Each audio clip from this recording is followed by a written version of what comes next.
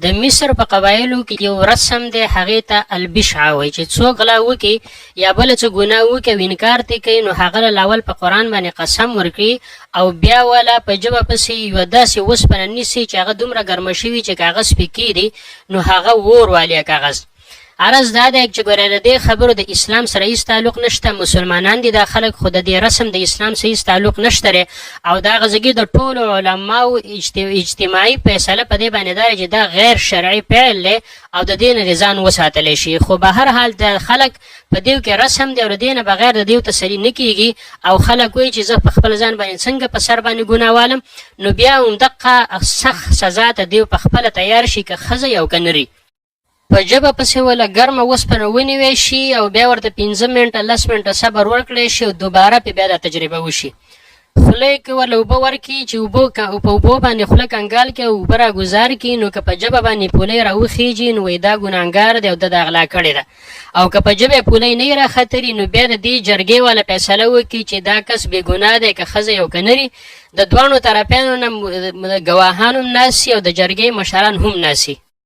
دې رسم ته دیو البشعه وایي او دا په مصر کې ښه معروف دی او مشهور دی، څه د انکار خبره نشته. نن انټرنیټ موږ ته هر څه راښکاره کړي دي، خو غیر اسلامي او غیر شرعي رسم دی، افریقنی رسم دی، د اسلام سره هېڅ تعلق نشته دی.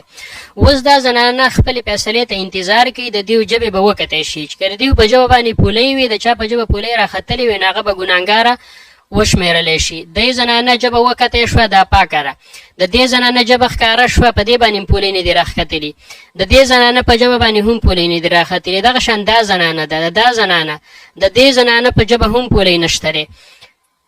دا زنانه هم چې کوم دی دغه شان پاکه ده، دا ماشومه هم چې کوم دی پاکه ده. نو اوس هغه قبیلې خلکو له مبارکي ورکړی شوه چې تاسو پاکې وي او تاسو ګناهګار نه وئ. دا نارینه ناست دي، نارینهو سره همدقه اول کوشش دا کوي چې اعتراف د ګناه وکړي، خو چې اعتراف د ګناه نه کوي نو بیا چې کوم دی همدقه رسم مطابق په ژبه پسې وله دغه توده اوسپنه نیسي.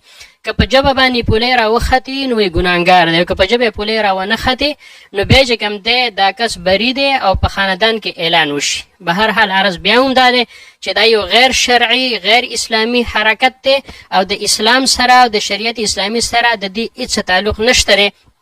خو د قبایلو رسمونه په هر ځای کې مشهور دي.